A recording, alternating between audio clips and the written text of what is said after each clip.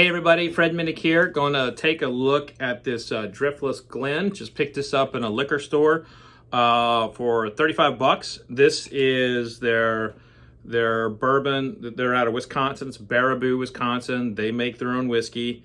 I remember there being like I think Bourbon is by La Crosse. I can't remember. My geography is not the best when it comes to Wisconsin, but I lived in Wisconsin for a bit.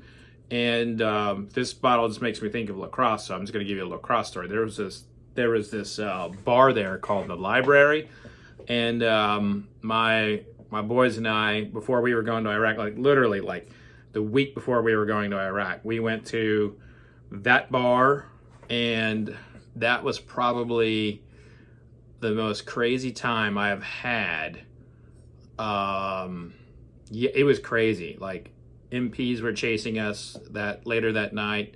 Thank God they didn't catch me. But not to say that MPs don't do their job, but good Lord, did I hate you back in the day. I was always nervous around MPs. Anyway, you're not here to listen about my military background and career, but MPs, seriously, you guys scared the shit out of me. So Driftless Glen, I've been very impressed with their barrel picks. And as I'm kind of going through my top 100, trying to get my list together, I'm picking up bottles that I haven't tasted yet this year that are this year releases. And this one here, bottled by Casey, it looks like. How you doing, Casey? I haven't tasted this one yet. I haven't tasted this release. So this looks to be like a standard Driftless Glen, a small batch, if you will. Small batch 42. Let's see what this is all about.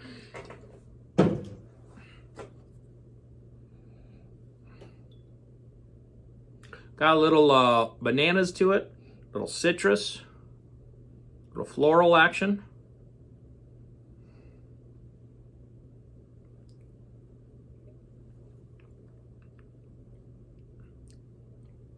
Tastes, I get some like boiled peanuts. I get some licorice. Some red licorice.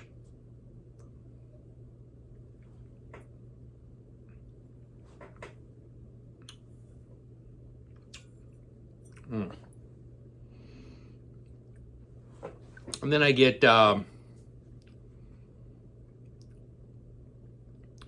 peanut brittle.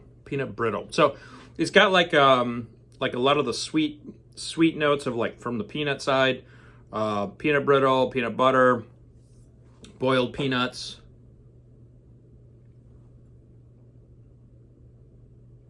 and some toffee, and some red licorice. This is really quite delicious. You know, it's always exciting for me to taste a craft distiller's product, because so many source whiskey. Not that there's anything wrong with that. There's nothing wrong with sourcing whiskey, but to have a business plan where you make your own whiskey, that's the ultimate risk in the game. And, you know, Driftless Glen has been impressing people for a very long time. And as I'm kind of going through my stuff to find things for my top 100, this very well might be a last minute ad that I just picked up in a liquor store. So batch 42 is the batch. I paid $35 for this. I paid $35 for it. So very good for $35. And I also applaud Driftless Glen for keeping that pricing at an available price point for people, because, you know, I understand craft distilling is very expensive, and a lot of people have to increase those prices to make money. I get that. But as the great Stephen Thompson, may he rest in peace, now in the Bourbon Hall of Fame, once told me, he's like, you cannot price bourbon based on what you need to make. You have to price it on what the consumer is willing to pay. So sometimes the distilling business is a backward style of business to make money. You have to wait a long time to get it. Then you have to price it to where you're basically losing money. So that's the story here. And Driftless Glen, I think they've kind of done it right with their pricing. Yeah, if you are a fan of peanuts, if you're a fan of peanut brittle, especially, this is going to be a home run for you. Big fan of this. Love what this represents. But the barrel picks I've had from Driftless Glen, those to me are upper echelon. So this is very good.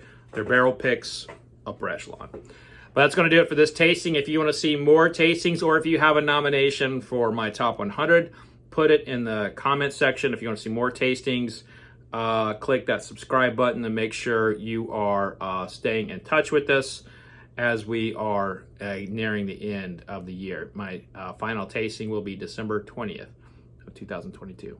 Cheers, y'all.